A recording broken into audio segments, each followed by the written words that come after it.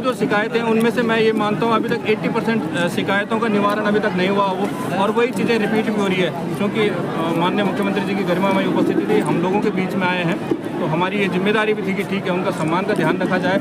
लेकिन कार्यक्रम समापन होने पर पार्टी कार्यकर्ताओं द्वारा विधायक जी के लिए झांपू कहा गया। पहले तो हमारी समझ में नहीं आए, लेकिन राहुल जो उनका निजी सचिव है उनके द्वारा विरोध किया गया, तब समझ में आया। तो इस तरह से चीज़ें नहीं होनी चाहिए, सबका मान सम्मान का ध्यान रखना चाहिए, सबकी अपनी एक गरिमा होती है, तो इस चीज़ों का ध्यान रखना चाहिए। और फिर जिस तरह से लगा कि सीएम साहब केवल अपनी चीज़ों को ही बताने के लिए जो उन्होंने किया है, जिस उद्देश्य के लिए जन जन की सरकार जन जन के द्वार कार्यक्रम है, मुझे नहीं लगता कि उस पर कुछ प्रभावी चीज़ें हुई हैं। तो मैं इस तरह से संतुष्ट नहीं, क्योंकि जिस तरह से उन्होंने यात्रा की बात कही है, अभी हमारे पास अप्रैल में यात्रा प्रारंभ होनी है, लेकिन आप देख सकते हैं कि बीआरओ की कितनी लापरवाही है, जगह जगह मलबा पड़ा हुआ है, जगह जगह।